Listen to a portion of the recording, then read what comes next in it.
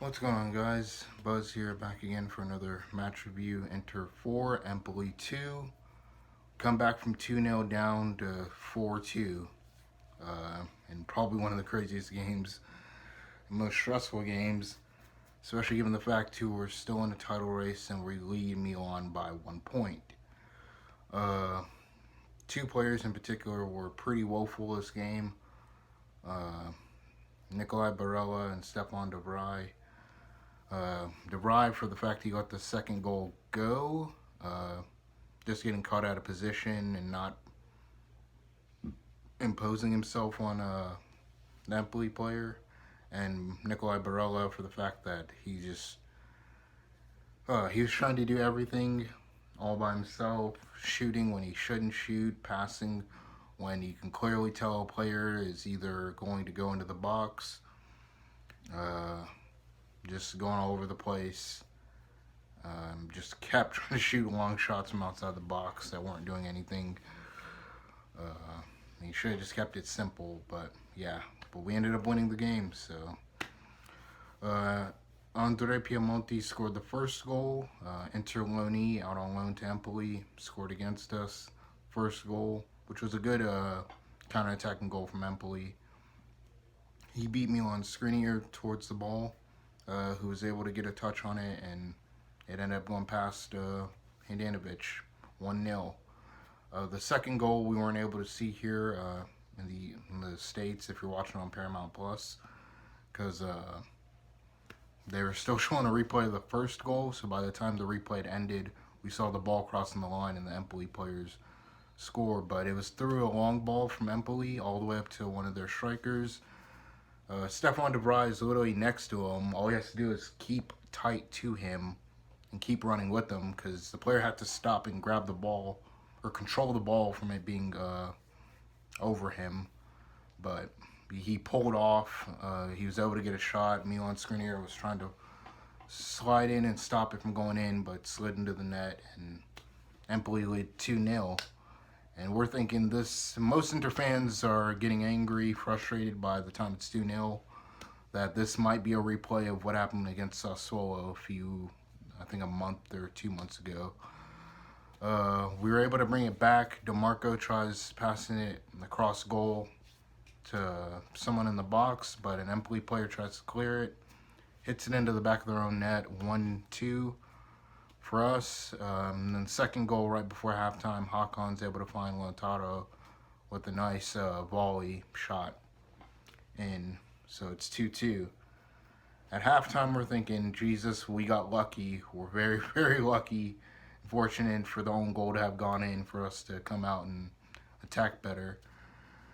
For us to go 2-2 before halftime. And man, it's a title race, and this is the kind of games you don't want to be making mistakes in. You need everyone mentally alert. De Vrij and Barella. Because after this too, Barella, even in the second half, Barella would still make a few dumb mistakes. Like Milan Skriniar passing the ball, running into the box. The minute, because I think Barella must have thought it must have been a 1-2 for him to go in. Because the minute Skriniar passes the ball to him, he's already turned his back and is running towards goal. Barella just tries passing it to the back of him, and it just pops off the back of his foot into an Empoli player, and they go on the counter. But, yeah. And Stefan de Vrij, I don't know what it is. Barella and Stefan de Vrij this season have just, their levels have dropped massively. I don't know what it is. Stefan de Vrij has had a few blunders in a few games. Barella just overall passing hasn't been on point like he usually is. When he defends, he's either a bit too aggressive, sometimes reckless at times. Shooting, he tries to take long shots. It's just this season he hasn't been very good, and I think most Inter fans can admit that. This season, the two players, and I was just giving de Vrij praise months ago after Milan Skriniar's man of the match performance against Madrid, where he was bossing it, that de Vrij doesn't get enough appreciation. Ever since then, it's gone downhill, so I don't know, maybe I cursed him or something. But yeah, Barella, we need to bring in replacements, and especially one for Barella, for whenever he's going through a bad patch and a rough patch, because even after giving him like 2-day rest and all that, he still just isn't up to the usual standard as he was last season or the first season under Antonio Conte when we signed him. But we come into the second half doing a lot better, imposing ourselves a lot better, and actually being a lot more organized and a lot more focused. I don't know what the hell the first 20 minutes of the game were. If it had went to 3-0 Empoli, I would have turned the game off and just not done a match review. But, yeah. The second half, we're able to come back 3-2. Barella takes a long shot. It goes, magically crosses into an Empoli player. Correa's not able to get a touch on it, but if the Empoli player tries to kick it out, but it goes towards Lautaro, who volleys it in for a third goal. Just the confidence we need. And the fourth goal comes from Dzeko, just shooting it across the box towards Alexis Sanchez in like the 89th minute. So we end up coming back 4-2. Not a very smart way to start the game or impose ourselves, given the fact that this was one of the last 3 games we had to play. We still have 2 games left, Calgari and Sampdoria, who, depending on how the next, how this weekend ends and next week as well, one of the 2 teams might be fighting for relegation, fighting to avoid relegation, and this title race could get a lot stickier and messier, because a team fighting for relegation will fight for their life. And yeah, and we just happen to face these 2 teams that are in our way, that are both relegation contenders, while we're also in a title race. What a coincidence. But yeah, we take on Juventus Wednesday in the Coppa Italia final. And that, man, just looking at the way we played with this, going 2-0 down, and as well as the way the Inzaghi's lined up the team as well. Who would you trust? Who would you start? Dumfries this match, trying to shoot crosses into the box when we don't have Dzeko. Dumfries is probably good for when you want a Dzeko in. But I'd probably honestly start Darmian Correa, and Lautaro. I'd bring Bastoni back into the lineup just because we need a defensive outlet. Don't know how Juventus might line up. Maybe a 4-4-2 or maybe a 2 up top. But yeah, DeMarco, he's been good so far, but I'd give him a rest. Perisic, of course, is going to start. Barella, and De Vrij, 2 main culprits and 2 main people that, in particular, that I have question marks over, just because, man, their form this season has been awful, especially Barella, but I don't know. We'll see how that works out. Milan Skriniar, Handanovic, Hakan, that's how to line up. But hopefully Barella and De Vrij end up sorting whatever it is out. I don't know, the levels have dropped off massively this season, and it's been very appalling to watch at times. It's pretty clear, too, even in the summer transfer market, that we need a replacement for Brozovic if he gets injured. We need a replacement for Nicolai Barella for when he's not on form. Because, man, this is poor, and he needs to do a lot better. I've seen some people say that De Vrij out, Bremer in from Torino. If that's the case, go with it. I don't know, we'll see what kind of clear out we do in the summer. And the next 3 games aren't going to be easy, because Coppa Italia final for another trophy, and then 2 games left in the league to play.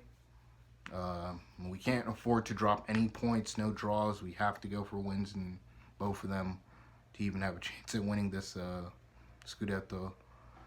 But yeah, Milan ain't making it easy. They're keeping up pace with us. But yeah, saw a lot of Milan fans celebrating as well, thinking, and a lot of people being like, yay, congrats Milan on the trophy when we were 2-0 down.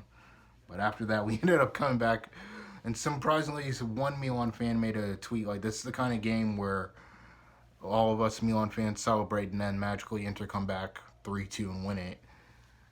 And that ended up happening because I was just getting frustrated. Like, wow, it's really happening. We're really about to go through a Sassuolo 2.0. But no, the team ended up coming back. Major clear out to need in the summer. This game in particular pointed that out. Again, too, this is Empoli. I swear by the time we played them in the Coppa Italia, they were like in the relegation zone. And our midfield of Vecino, Gagliardini, and Vidal couldn't get past them. That's when I was screaming out that we needed midfielders in the January transfer market. Because, man, we let Sensi go and brought in Robin Gosens and Philip Caicedo, who has yet to actually make a real impact on the team. But yeah, we'll see how this goes. Hoping for a strong lineup. How I'd line up against Juventus is Correa, Lautaro, Darmian, Perisic, Hakan, Brozovic, Barella, Bastoni, De Vrij, Skriniar, and Janovic. If he needs an outlet ball or crosses into the box, bring on Dumfries and Dzeko in the second half. But depends how Inzaghi wants to line it up. But that's how I'd line up. Let me know what you guys' thoughts are on the game. What did you guys think of the game? When we were 2-0 down, did you think we'd come back? I thought, honestly, this might be a draw. Like, the best thing you could hope for is a draw. If we do come back, that's good. But yeah. How would you guys line up for the Coppa Italia match, and what do you guys think of the remaining two fixtures we have to play? It's Calgari and Sampdoria. And currently look at where they are in the league at the moment.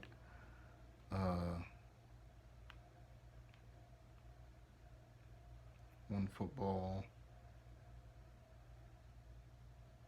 Calgary's a 0-0 at the moment.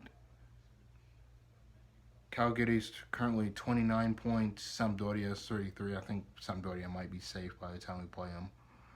But yeah, so Calgary's the next match we play, and that's going to be they're fighting for relegation to avoid relegation, and that's going to be a very tough match. So how do you guys think those two matches will go? How do you guys think the lineup and match prediction will be for the Coppa Italia final against Juventus? And what do you guys think will be our transfer plan, since basically we have 3 matches left and we can start looking forward to the transfer market? Heard they've offered Inzaghi a contract extension, so that's good.